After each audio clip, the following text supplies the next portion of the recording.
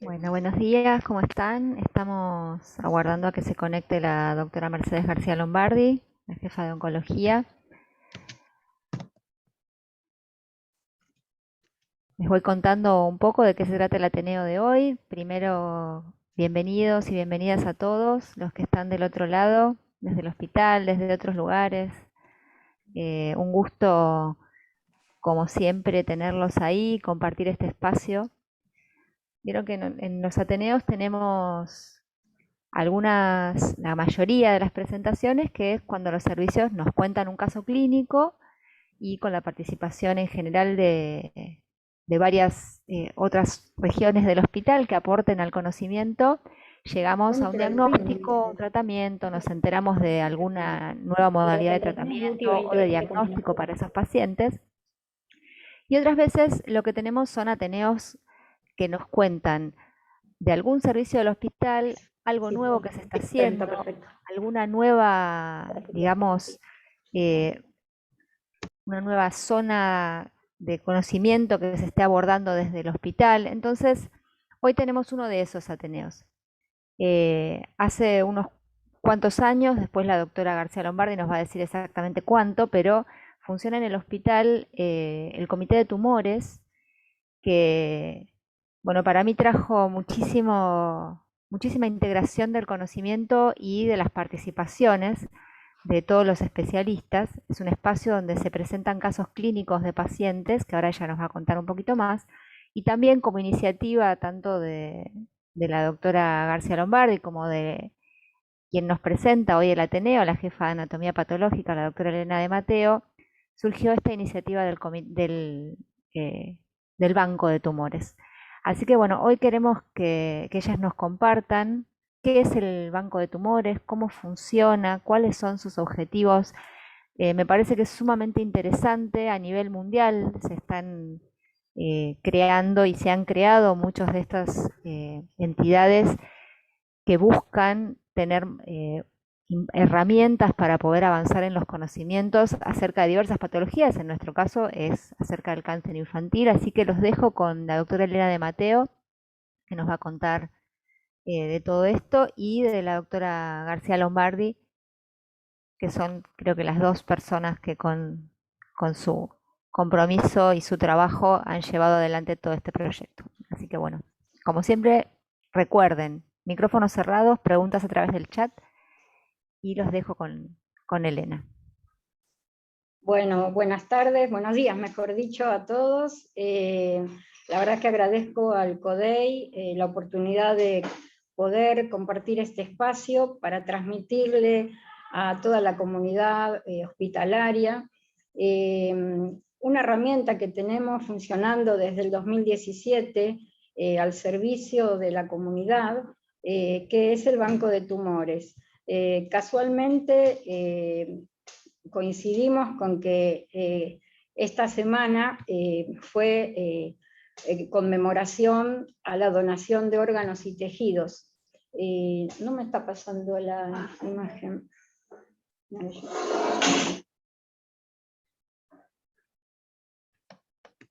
Ahí está. Así que bueno, no fue algo premeditado, pero bueno, coincidimos en esta semana. Más que nada, la idea es contarles un poco de qué se trata. Como hay tantas partes del hospital que no sabemos que están funcionando y para qué, contarles un poco qué es un banco de tumores, por qué lo precisamos, quiénes podrían utilizar las muestras, y con respecto a los donantes, no solo las garantías, sino algunas otras cosas. Por empezar, definimos a un biobanco como una unidad funcional institucional sin fines de lucro, que almacena muestras biológicas humanas, los datos personales e información asociada, y todo esto organizado conforme a normas éticas y técnicas, con criterio de calidad para ser utilizados en investigación. Con el desarrollo de los biomarcadores tumorales, el requerimiento de muestras biológicas de los laboratorios de patología y de los biobancos ha hecho que sea una herramienta necesaria de todo este procedimiento en la búsqueda de nuevas terapéuticas. Pero bueno, les voy a contar que dentro de los biobancos, el nuestro es un banco prospectivo, porque es a lo que apunta el almacenamiento de muestras, está basado en una enfermedad específica, que son los tumores. Con respecto a la edad, es solo pediátrico, y el propósito de la colección es los estudios translacionales. El tamaño y alcance, en nuestro caso, es un banco nacional, si bien pertenece a la ciudad de Buenos Aires, porque tenemos pacientes de distintos lugares del país, y pertenecemos a la red latinoamericana de bancos de tumores, por eso también decimos que es internacional. Las muestras que almacenamos no son suero, sangre, sino que directamente almacenamos tejido, y el tipo de datos asociados son relacionados a la salud. El periodo de almacenamiento es indefinido y el nivel de seguridad es codificado.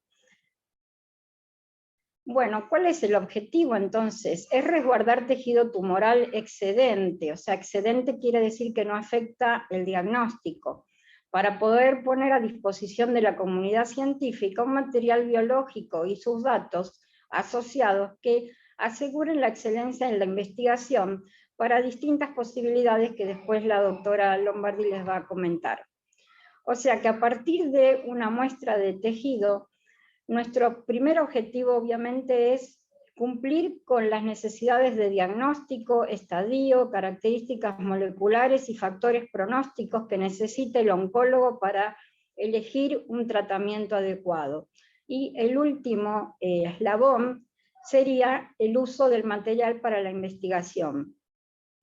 Para crear un banco de tumores hemos pasado por distintas etapas, y antes de empezar a almacenar la primer muestra, hubo una preparación de 2 años previos.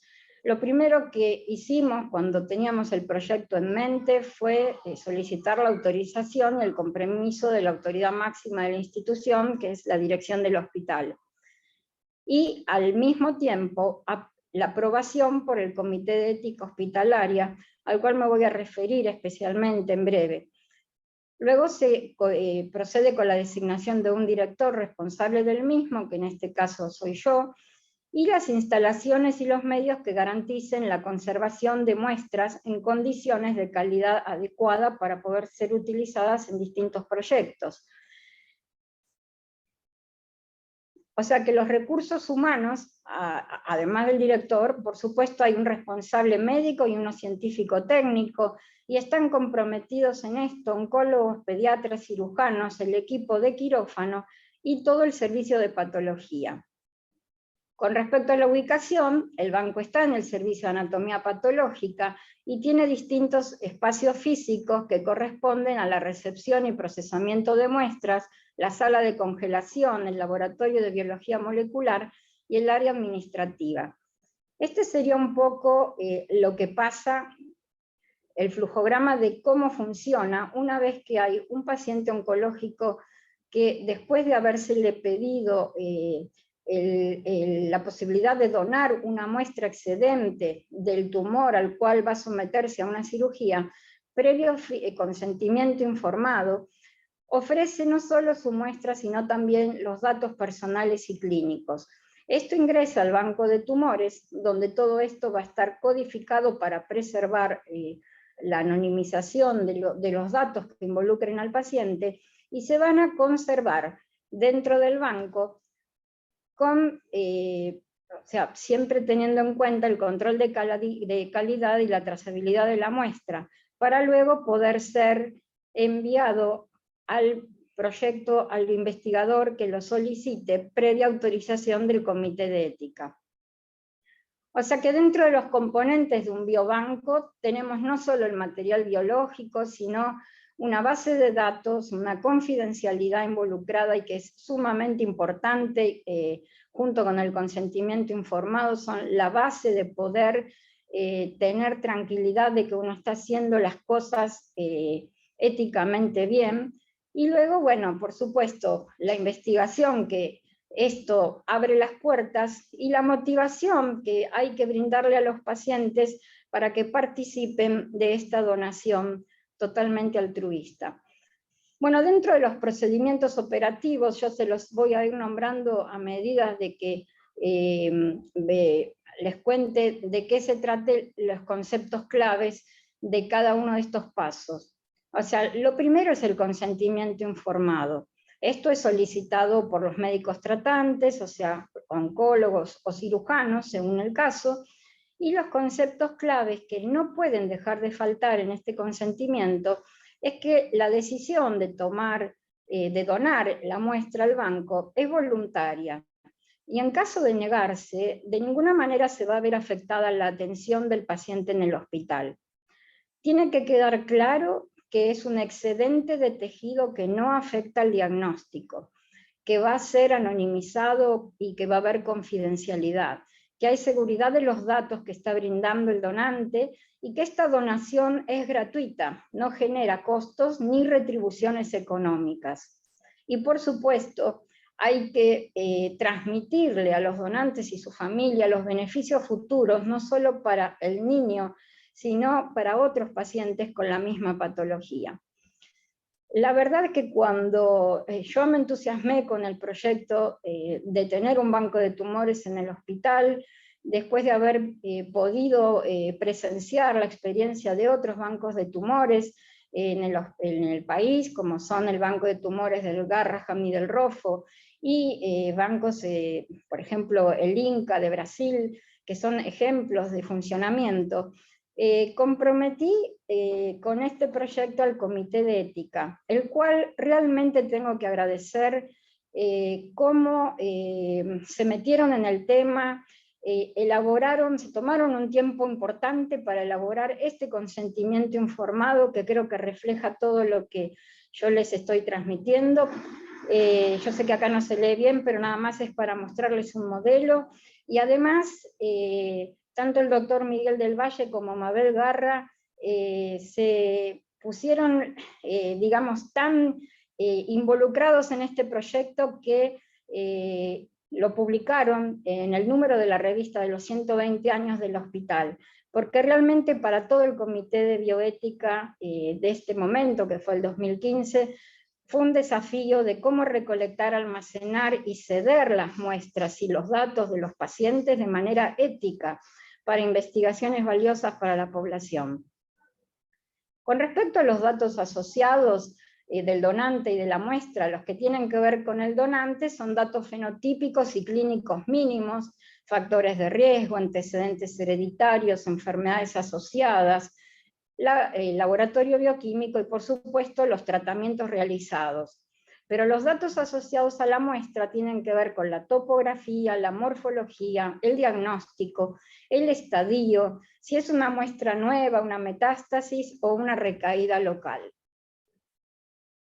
¿Cómo se manejan todos estos datos? Hay dos maneras de disociar la información. Nosotros optamos por la que es reversible, o sea que es codificarla, donde los identificadores directos son removidos y reemplazados por un código. En nuestro caso es un código de barras. Bueno, ¿cómo funciona esto? Una vez que está el paciente involucrado a través del oncólogo, firmó el consentimiento informado, tenemos que ver cómo se lleva a cabo el envío de la muestra.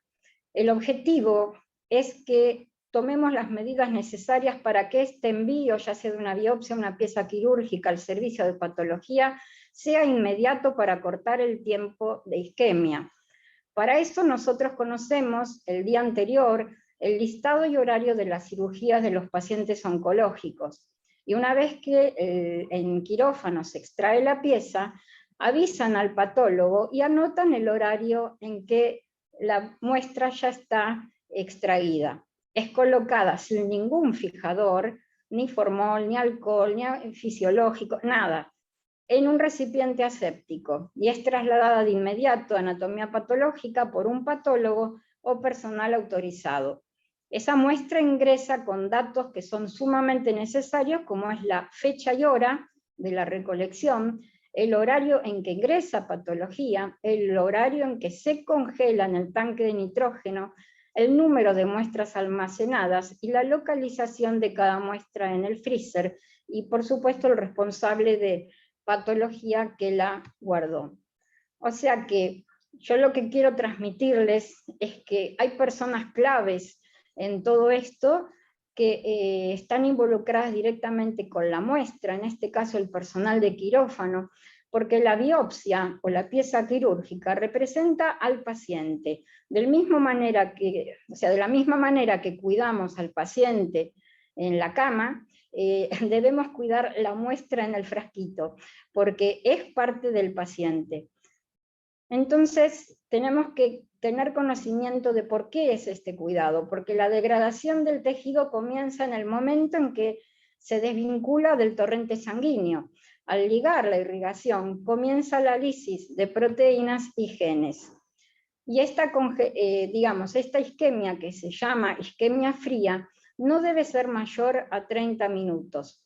Por eso es importante conocer las cirugías programadas, porque lamentablemente se alteran por igual forma, con mayor o menor intensidad, ADN, ARN y proteínas. En el caso de la isquemia caliente, esta no es controlable porque es el tiempo entre la ligadura de las arterias y la sección de la muestra. Y eso varía según el tipo de cirugía, la modalidad de la intervención y la habilidad del cirujano. Bueno, entonces lo que hacemos cuando ya tenemos la muestra recién ingresada al servicio de patología es identificarla. Se procede entonces a la codificación de la muestra. El Banco de Tumores tiene un libro de ingreso independiente del libro de anatomía patológica y una aplicación informada, que es un software diseñado para solamente el Banco de Tumores, que está instalado en una computadora que no tiene ninguna otra utilidad que ser, la base de datos del banco. Se guardarán en forma semi-anonimizada o codificada, y hay una base llamada sensible a la que solo tiene acceso el personal autorizado del banco, donde figura el número de entrada, el nombre y apellido del donante, el número de historia clínica, si es que contamos con eso, si no lo tenemos que ir a averiguar, y el protocolo de anatomía patológica. Y hay una segunda base donde se reemplazan todos estos datos con un identificador, que en nuestro caso es un código de barras. En esta segunda base de datos no se registra ningún dato que permita identificar al donante. Todo esto, está basado en el cumplimiento de la Ley de Protección de Datos Personales y la disposición de la ANMAT para garantizar la seguridad de los datos. Y la base informática tiene clave que es conocida solo por el director y el responsable médico del Banco de Tumores. Bueno, para todo esto que vamos haciendo necesitamos obviamente contar con el software, con etiquetas resistentes a menos 80 grados, que es donde van a estar guardadas en el freezer, una impresora de etiquetas, tinta y escáner del código de barras, que por suerte todo esto pudo ser comprado con el subsidio del FONARSEC, que el Banco de Tumores fue parte del proyecto hace unos años. Estos son los crioviales con el código de barras donde se almacena la muestra, y este paso, que es la selección de la muestra, tiene como objetivo seleccionar un área representativa del tumor, que no altere el diagnóstico y que tampoco altere la estadificación ni la evaluación de los márgenes. Los pasos de esta selección del fragmentito que se va a almacenar debe estar incorporado al protocolo de la macroscopía que hacemos los patólogos todos los días. O sea, que consiste en explorar la superficie del tumor, medir, fotografiar, pintar la superficie con tinta china, que es algo que hacemos para después, cuando se hacen los cortes histológicos, poder evaluar las infiltraciones de las cápsulas, en caso de los tumores que tengan cápsula, o en los bordes de la lesión tumoral. Se abre y se toma una muestra tratando de evitar las zonas de úlceras y necrosis y no alterar los márgenes para poder evaluarlos luego. El tamaño ideal de cada muestra es de 1,5 por 1,5 por 0,5, pero puede haber muestras menores y la cantidad de cortes que uno guarda depende del tamaño de la pieza que haya recibido. y se guardan además muestras en espejo, que ahora les voy a explicar de qué se trata. O sea, más o menos esta es una nefrectomía, donde recibimos la pieza y nosotros, después de medirla, la inspección externa, la pintamos con tinta china, se secciona y se elige una parte del tumor que no afecte lo que hemos estado diciendo, que es la evaluación de los márgenes. O sea que ese fragmento es el fragmento que tratamos de transmitirle tanto al paciente como a la familia y a los médicos tratantes. Va a ser una muestra que es un excedente de lo que se necesita para el diagnóstico. Esto se corta con medidas de seguridad, bajo el flujo laminar, y el tejido procesado, o sea, lo que uno elige, hace una muestra en espejo con un corte, como en las cirugías cuando hacemos diagnósticos intraoperatorios por congelación, procesando en el crióstato, para ver que lo que estemos guardando en el freezer no sea tumor necrótico o que no sea representativo de la lesión. O sea que en el momento ya estamos viendo una aproximación del tumor que estamos guardando sin hacer diagnóstico, pero nada más asegurándonos de que lo que guardemos sea tumor viable para poder ser usado en algún proyecto de investigación que lo necesite. Y por supuesto, luego esto de congelarse, se guarda este pedacito de la muestra en espejo en cassettes que se incluyen en parafina y se identifican con el mismo número que la muestra va a ser almacenada en el freezer.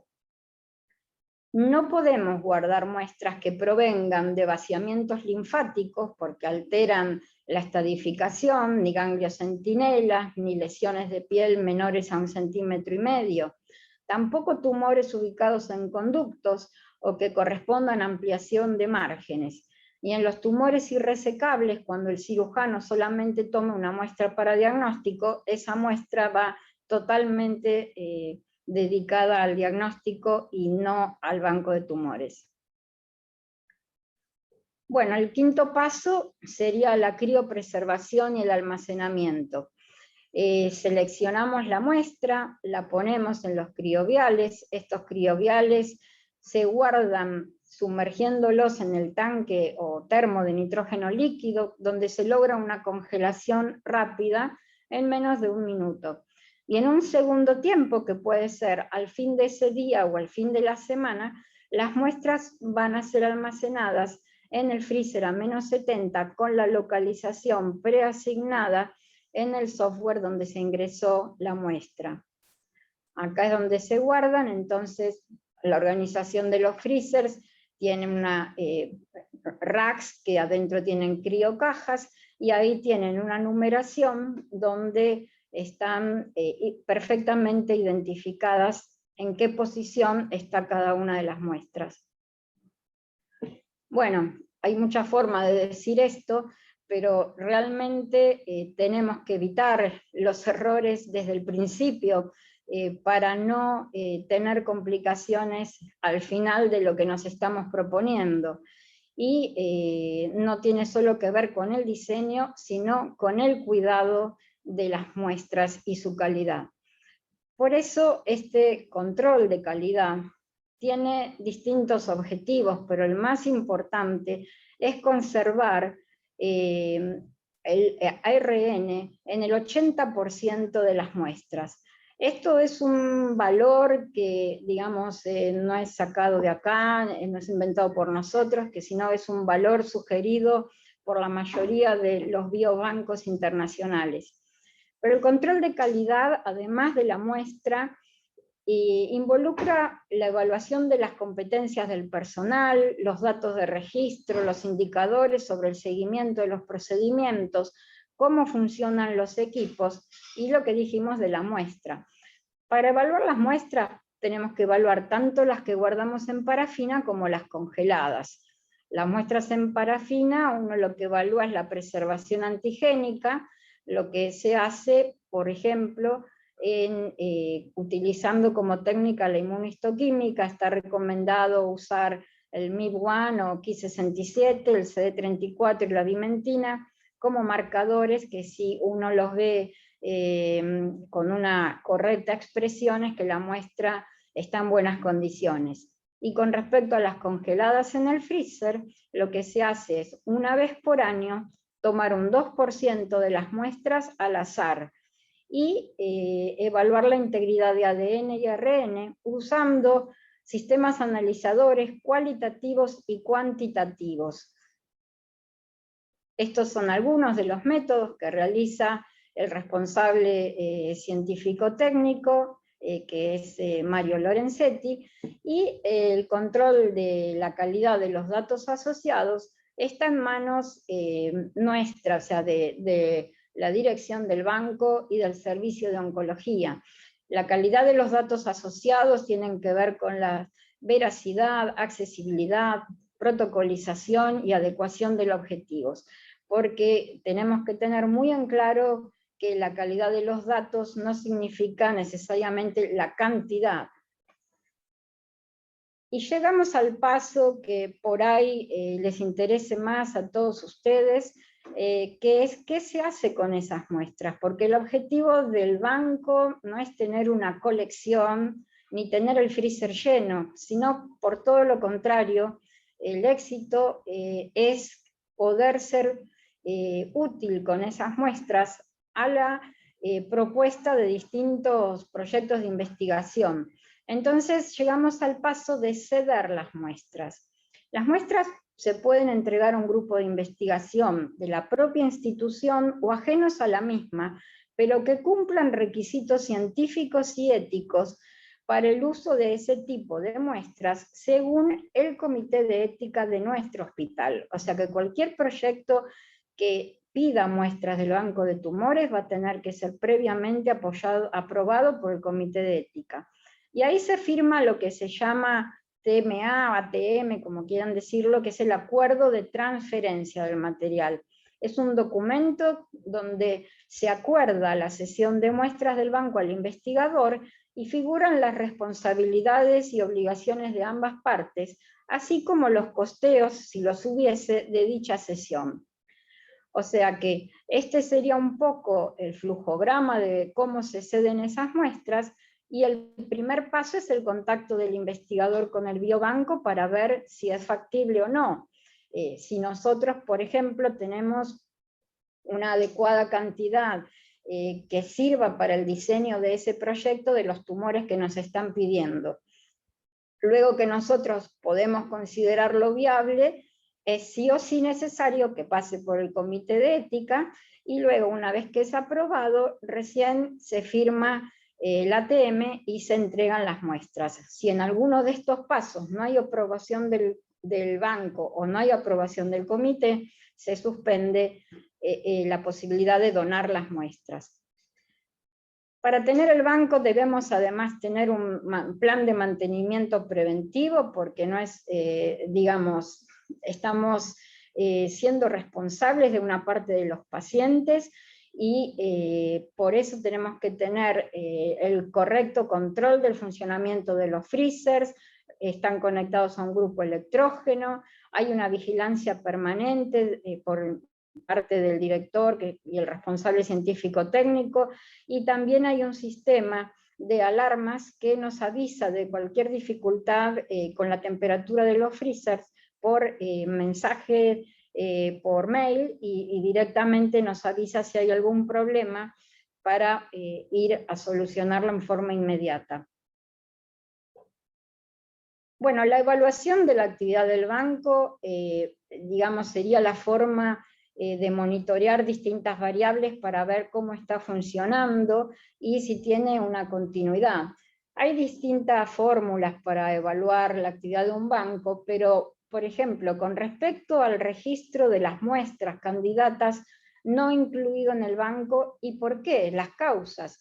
Una forma sería hacer un conteo de las muestras que se guardaron en el banco del hospital durante un año sobre la totalidad de los tumores que fueron operados en el banco. Y en ese caso, averiguar los que se operaron y no entraron al banco de tumores cuáles fueron los motivos, si hubo no aceptación de los pacientes para donar, o si no fue pedido, o si fueron casos de emergencia. Muchas veces los tumores presentan como una emergencia quirúrgica y no dan tiempo a realizar, digamos, todos estos mecanismos que puse recién como necesarios.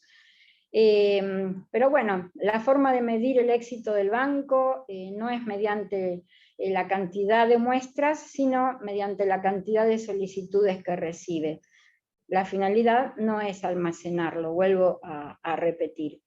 Estas son, digamos, algunas de las recomendaciones sobre las que se fundaron los biobancos en la Argentina, que ya las fui nombrando, pero más adelante tuvimos la suerte de que gracias al trabajo del MinSit y de todos los banqueros de la Argentina y gente del Comité de Ética que ha trabajado con el Ministerio de Salud, el 4 de enero salió publicada la aprobación para la guía de biobancos de muestras biológicas de origen humano con fines de investigación, donde principalmente esto es de ayuda, tanto para el personal que maneja los bancos, como para los comités de éticas, como para los pacientes y toda la comunidad hospitalaria. Así que contamos con esto desde el Ministerio de Salud de Nación, y también esta resolución tiene un anexo donde describe parte por parte los pasos que yo les fui describiendo, así que nos sentimos realmente ahora un poco más protegidos con esta resolución. Como les dije, también formamos parte de la red latinoamericana de bancos y del Caribe, junto con el Hospital Rofo, el Garrahan y el Intersonal de Agudos Eva Perón, y hay algunos otros bancos que se han estado también incorporando de a poquito a esta red. Gracias a esta red pudimos participar de Congreso Latinoamericano de Biobancos, donde presentamos nuestros primeros listados, y con respecto a nuestro banco, que yo sé que gran parte de los que están escuchando esto ya lo conocen, ya participaron de su creación, como es el servicio de cirugía, obviamente de oncología y neurocirugía. Hemos tenido charlas para entrenar a las instrumentadoras, pero bueno, en el 2017, en septiembre, se creó este banco con la aprobación del Ministerio de Salud, y hasta el día de hoy tenemos almacenadas más o menos 240 muestras, con un promedio de 3 criobiales por caso. Las muestras que hemos recibido, para que tengan una idea, tienen esta topografía, donde los dos tipos predominantes son los ganglios linfáticos y los tumores del sistema nervioso central. Casi todas las muestras de tiroides han pasado por el banco, tumores abdominales y retroperitoneales, de partes blandas, los renales, etc. Así que esta es más o menos la distribución de las muestras que hoy tenemos almacenadas. Bueno, repetirles una vez más que esto es un instrumento público y esencial para el desarrollo de la investigación, que tiene un alto impacto en la introducción de nuevas prácticas y tratamientos basados en la medicina translacional, y que gracias a la participación y en la intención de crear este banco, tanto de todo el grupo de anatomía patológica que me apoyó en esto, y al servicio de oncología, y a la dirección, y al comité de ética, bueno, hoy el hospital cuenta con este banco de tumores para lo que ustedes necesiten, y cualquier pregunta pueden acercarse y hacerlo. Ahora los dejo con la doctora Mercedes García Lombardi, que les va a comentar, digamos, directamente cuál es el impacto que tiene esto en los pacientes. Gracias. Hola a todos. Ay, Mercedes, ¿ponés compartir pantalla vos, por favor? Sí. Bueno,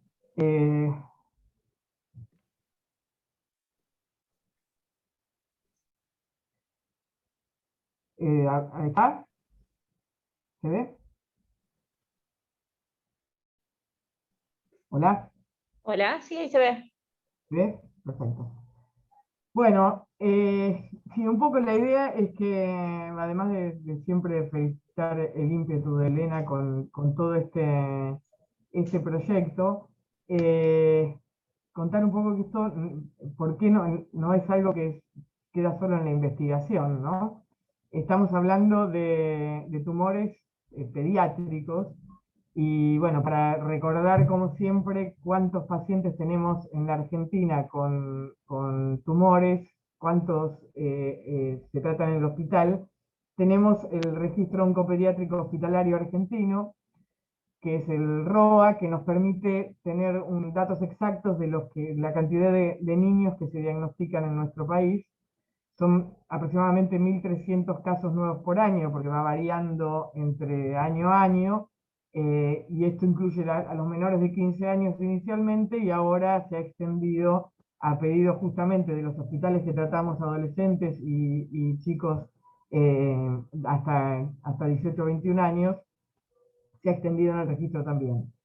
Representa el 1% de los cánceres en general, de todos los cánceres, o sea que es mucho menos frecuente que en los adultos, esto lo sabemos, pero es la primera causa de muerte por enfermedad en el grupo entre los 5 y 15 años y que solo la preceden los accidentes.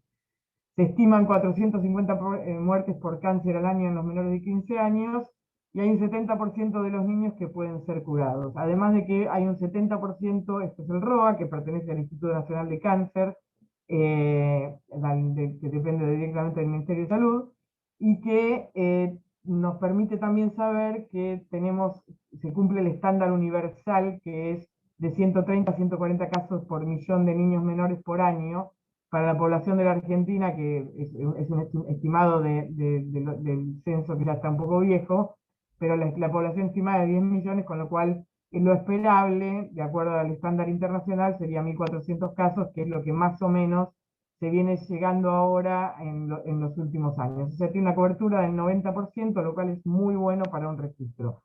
Y esto nos permite saber también qué pasa con qué tipo de cánceres tienen los chicos en la Argentina, que no es lo mismo que lo que hay en otros países. Es homologable a algunos países europeos, no a los países, a los registros americanos.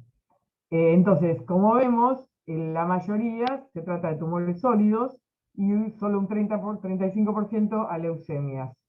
Entonces, de esta cantidad de pacientes que tienen distintas variedades de tumores sólidos, nosotros en el hospital atendemos entre 15 y 20%, juntando lo que atiende hematología como leucemias y linfomas y los que atendemos en el servicio de oncología.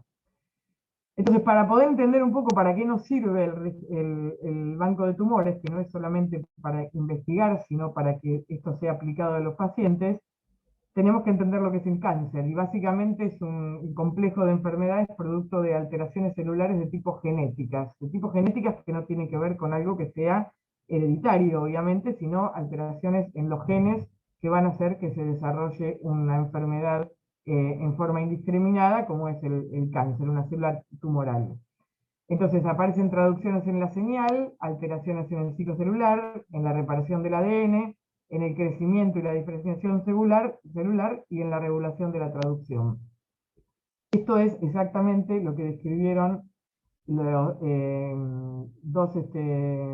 médicos en el año 2000, como los hallmarks of cancer, o sea, las características de las células tumorales, y que lo volvieron a extender con otras características, que son las 11 características de las células tumorales hoy, Hanahan y Weinberg, y son el de poder sostener una señal proliferativa, evadir los factores los genes supresores de crecimiento, evitar la destrucción inmunológica, o sea, evitar que la propia inmunidad innata destruya a la célula tumoral, permitir que la célula tumoral sea inmortal y se replique descontroladamente, generan inflamación por el tumor, tienen capacidad de activar mecanismos de invasión y metástasis, pueden inducir la angiogénesis, tienen inestabilidad cromosómica y genómica y mutacional,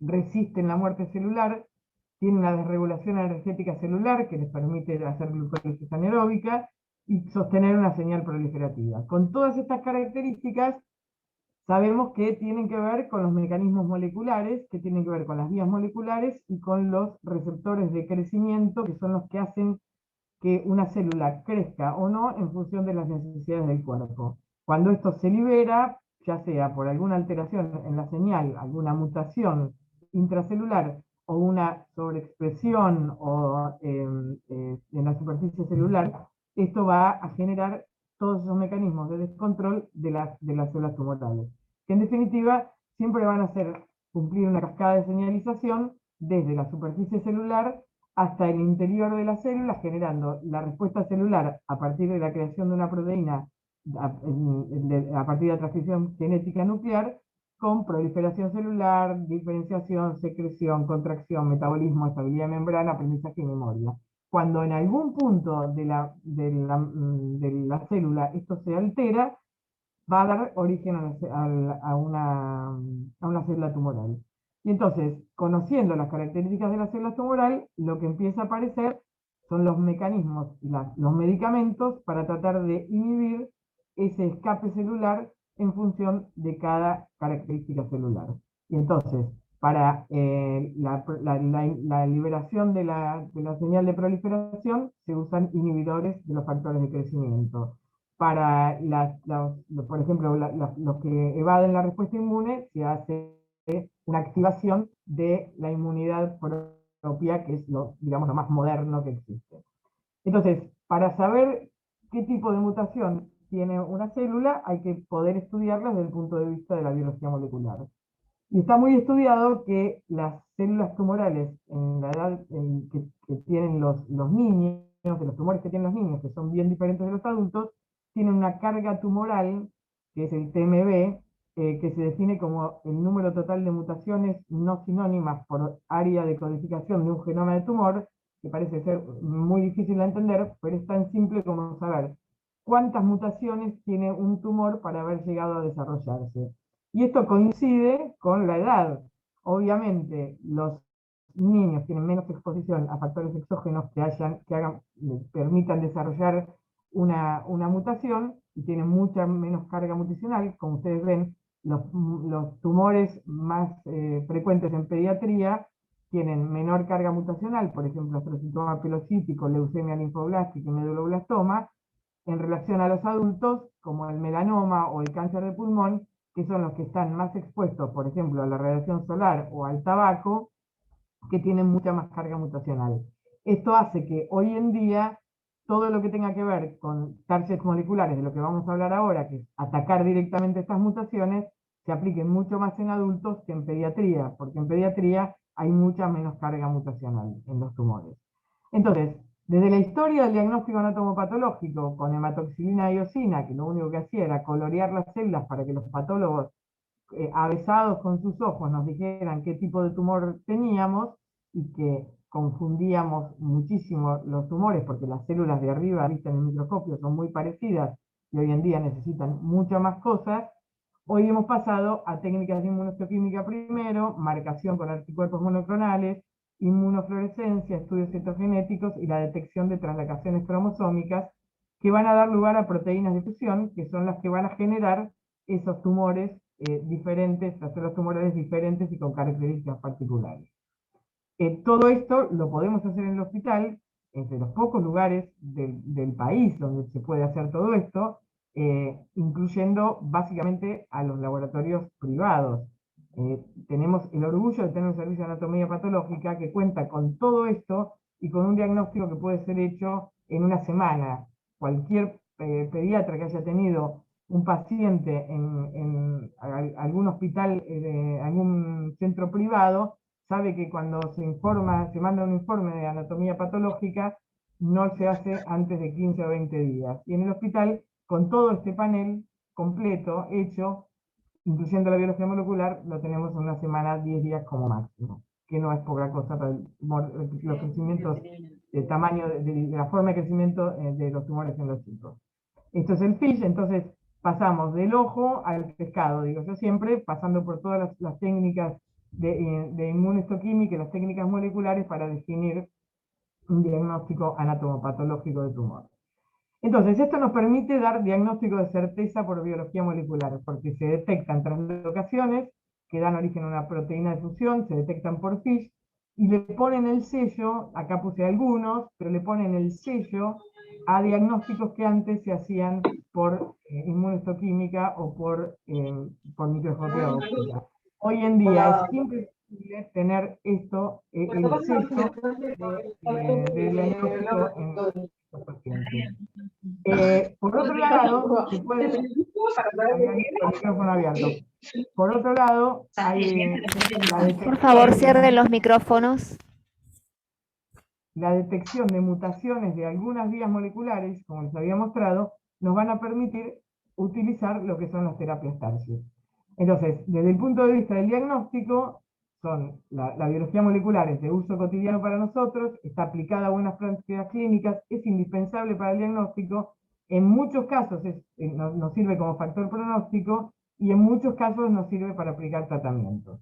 Y esto surge, a partir de esto surge lo que se llaman los blancos moleculares, que mucha gente los llama biológicos, pero en realidad son blancos moleculares. Y hay dos grupos básicamente, que son los anticuerpos monoclonales, que actúan sobre el receptor de la superficie celular o sobre el ligando, y son los que son terminados en MAB, y los que se llaman pequeñas moléculas que actúan directamente sobre una mutación intracelular, inhibiendo esa cascada de señalización que está liberada porque hay una mutación.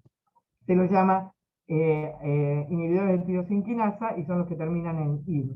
Son lo que nosotros llamamos blancos moleculares. Atacan específicamente poniendo un rojo a la señal que está liberada. Y el otro grupo, que es la inmunoterapia, o sea, los anticuerpos monoclonales actúan acá arriba, las pequeñas moléculas actúan inhibiendo estas señales que van a hacer que se transcriba una proteína de fusión, que es la que va a generar esa liberación. Y la otra es la inmunoterapia. De los útiles en pediatría hay muchos que estamos usando actualmente, que están aprobados incluso para enfermedades pediátricas, como el rituximab, el imatinib, el brentuximab, el dinutuximab. Nosotros utilizamos todos estos medicamentos que no se usan en todos lados en el país, y muchos otros más que están apareciendo día a día. Y lo último, que es la inmunoterapia, que es los anti-PD1 y anti-PDL1, que es un poco estimular al huésped a poder curarse, porque en realidad uno de los mecanismos de evasión tumoral, ¿se acuerdan que habíamos dicho que era el evadir la respuesta inmune? Y lo hacen de distintas maneras, inhibiendo los checkpoints inmunes, o sea, cuando hay una célula tumoral, nosotros tenemos mutaciones permanentemente que la inmunidad innata hace que si hay una alteración lo primero es los guardianes del genoma, que son los que reparan una mutación, como el P53, y la otra es que cuando se empieza a desarrollar una célula tumoral, aparece un linfocito T que detecta el antígeno alterado, es llamado por el complejo de histocompatibilidad, y se hace una destrucción de la célula tumoral.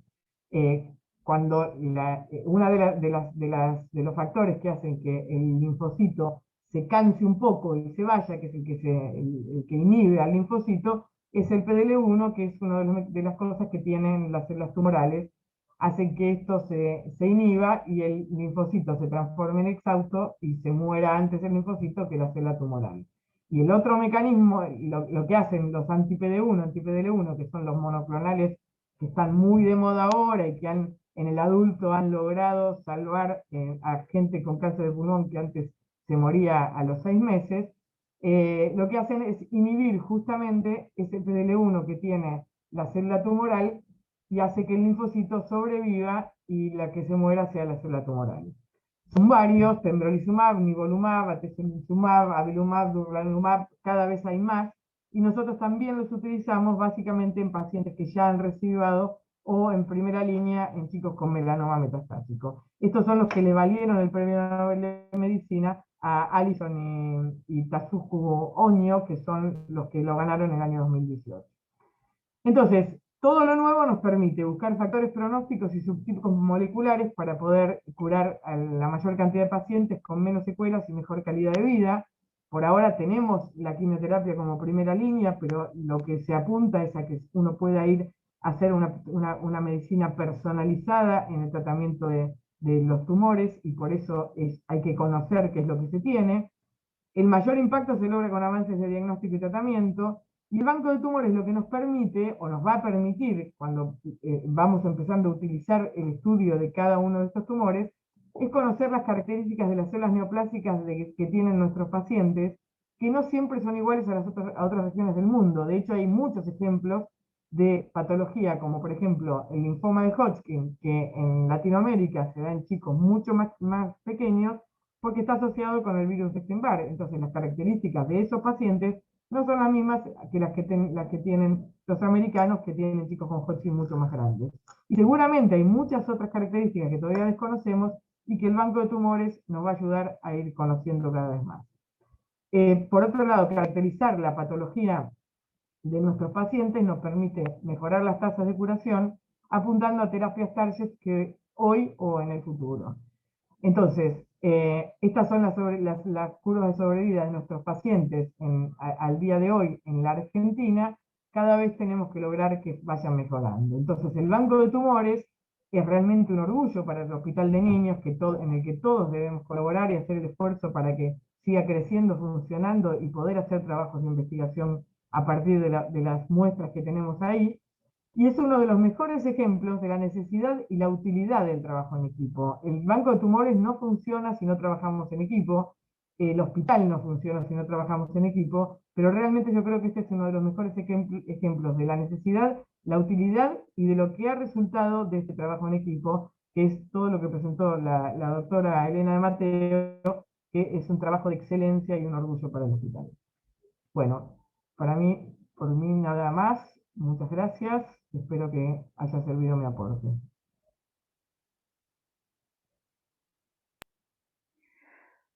Sí, me parece que excelente la presentación y por entender el por qué uno necesita seguir en toda la línea de investigación. Y bueno, recordemos que la mayoría de la investigación siempre se hace afuera, ¿no? Afuera no del hospital, sino afuera del país. Con lo cual, teniendo herramientas, porque no nos falta, creo, capacidad humana para planificar y para este tipo de investigaciones. Entonces, teniendo de repente la base para las investigaciones, que es la patología del paciente, y poder aprovecharlo, me parece que es fundamental para tener estos avances. Em, yo les quería hacer una pregunta que surgió en el chat, que es si, bueno, un poco del subsidio FONARSEC, si sigue estando vigente y cómo se mantiene este banco de tumores. No desde lo económico, no desde la parte humana, que ya todos hacen un esfuerzo bastante importante para sostenerlo, pero bueno, surgió esa pregunta, no sé si Sí, bueno, Elena. yo te puedo contestar algo. Creo, no soy parte de la administración de los fondos del FONARSEC, pero creo que eso ya se gastó todo. Nosotros, la parte que nos tocó, pudimos comprar el freezer, el software y el flujo laminar, pero el compromiso desde que se aceptó tener este banco de tumores en el hospital ya pasa a un costeo público. O sea, el gobierno de la ciudad es el que se está haciendo cargo del mantenimiento, de la compra de los crioviales, de la compra de la recarga del nitrógeno líquido, etcétera. Así que esto pertenece al consumo de los insumos del gobierno de la ciudad.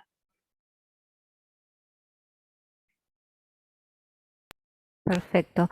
Y una pregunta que somos muchos, digamos, los que estamos hoy escuchando el Ateneo, ¿cómo podemos contribuir como comunidad hospitalaria, ¿no? Más allá de llevar los pacientes al comité de tumores, de participar activamente en esto de que, bueno, un paciente no es de un servicio, sino que es del hospital y el hospital entero le puede hacer una devolución? ¿Cómo podemos colaborar como comunidad hospitalaria para el funcionamiento, el mejor funcionamiento, el crecimiento, como lo quieran llamar, del banco de tumores, dado que se vislumbra como algo de tanta utilidad, ¿no? ¿Querés contestar vos, Elena, o puedo hacer un Eh, comentario? Dale, decilo y después yo veo si...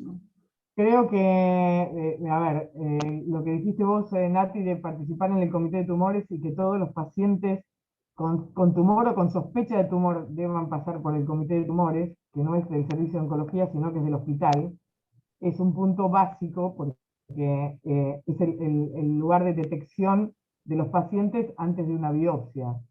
Y obviamente que los oncólogos somos pocos, los patólogos son pocos, y que a veces nos olvidamos del consentimiento y o sea, en esa otra parte también ustedes estar atentos a que ese paciente cuando va a entrar a la cirugía tenga esta parte también completada, y que hacernos acordar, a veces no son ustedes los que van a dar la explicación para el proceso del consentimiento informado, sino por ahí tenemos que ir nosotros, pero que eh, por ahora, por ahí puede ser ahora, y que más adelante también puedan ser los clínicos los que obtengan el consentimiento, puede ser perfectamente, pero digo, por ahora empezar a entrenarnos todos en esto para que no se pierda ninguna muestra. Como hablamos siempre con ella, después si no es tumor no pasa nada, porque esa muestra se descarta y no es tumor, pero ante la sospecha, es excepcional que un chico entre de urgencia a un quirófano por un tumor. En pediatría es excepcional que se haga una cirugía de urgencia por guardia. Así que la idea es que si todos los pacientes se presentan en el comité de tumores sin tomar una decisión de hacer una biopsia de un chico con sospecha de tumor, todos deberían poder tener una muestra en el banco y colaborar todos con el tema del consentimiento informado y el dar seguridad a la familia de que esto es así, ¿no? Sí, yo quería agregar una cosita nada más, que es una vez que ya están en funcionamiento proyectos de investigación con muestras del banco, es importante poder devolverle a los pacientes algún resultado, o ellos pueden participar de esto, sobre todo los adolescentes pueden tener inquietudes personales de saber qué pasó con su muestra, si se sigue guardando, si sirvió para algo. Si le sirve a él en su enfermedad o si ayuda a otros. O sea, hay muchos, digamos, pasos en los que tenemos que participar desde la comunicación. Por ahí los patólogos no somos los mejores comunicadores, que estamos un poco encerrados en el fondo, pero sí necesitamos ayuda para esto, por eso este espacio fue de mucho valor, y creo que necesitamos también completar con otras formas de contarle a los pacientes de qué se trata donar tejidos, ¿no?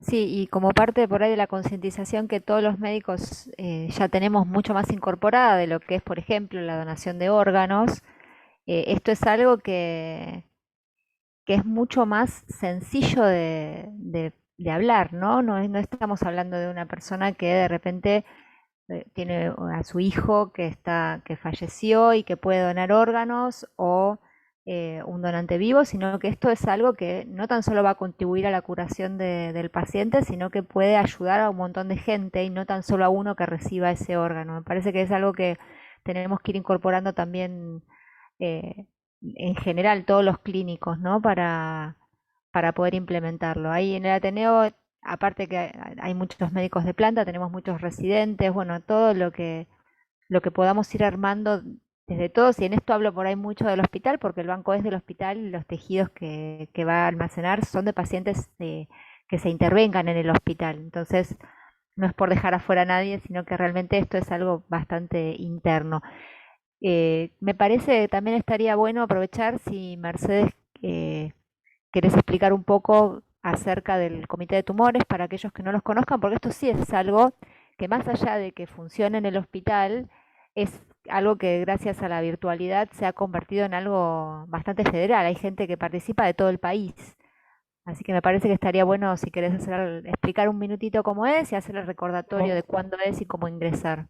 Perfecto. Bueno, el Comité de Tumores se creó en el año 2015, se recreó, digamos, porque existía en el hospital antes de que se abriera el Garrahan, y después se dejó de hacer. Es un comité que depende directamente de la dirección y que donde se discuten todos los pacientes con tumor o con sospecha de tumor para tomar decisiones en forma multidisciplinaria. Se hace todos los martes a las 11 de la mañana. O sea, el objetivo es que se deberían, por decisión de la creación del comité y de la dirección, presentar todos los pacientes con tumores, todos los pacientes que tengan sospecha de tumor, y en general lo que se hace es presentar los pacientes que están en tratamiento y que hay que tomar alguna decisión, o los pacientes que debutan con algún tumor.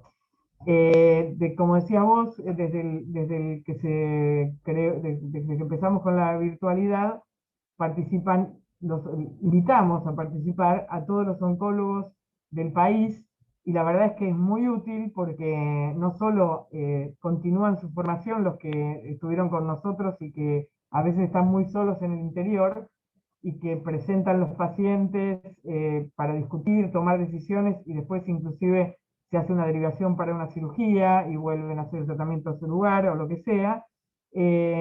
Y realmente se ha hecho muy, muy interesante porque en lugares que no tienen acceso a discutir con un cirujano, con alguien de diagnóstico por imágenes, con los patólogos o, o lo que sea, tienen el acceso en forma inmediata.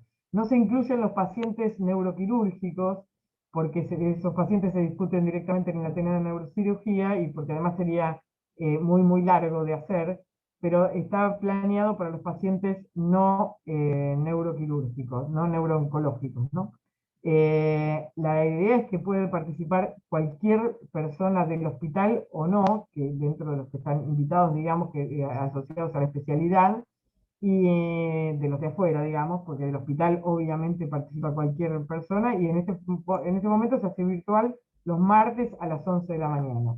Y la idea es que si hay un paciente en una sala que ingresa y que no urge tomar una decisión, siempre es mejor, además de que nosotros veamos al paciente, que lo presenten los clínicos, y que lo único que hay que hacer es avisarnos que hay un paciente para presentar, que quieren discutir o que quieren tomar alguna conducta, y lo incorporamos a la lista de los pacientes que se van a presentar. A veces lo presentamos nosotros, a veces lo presenta el clínico que lo está viendo, y se discute en forma multidisciplinaria. Realmente tenemos una asistencia perfecta de los patólogos, de los cirujanos, de los traumatólogos, los ortopedistas, los traumatólogos que hacen oncología, de la gente de imágenes, y varios clínicos que nos acompañan, así como Nati en asistencia casi perfecta también.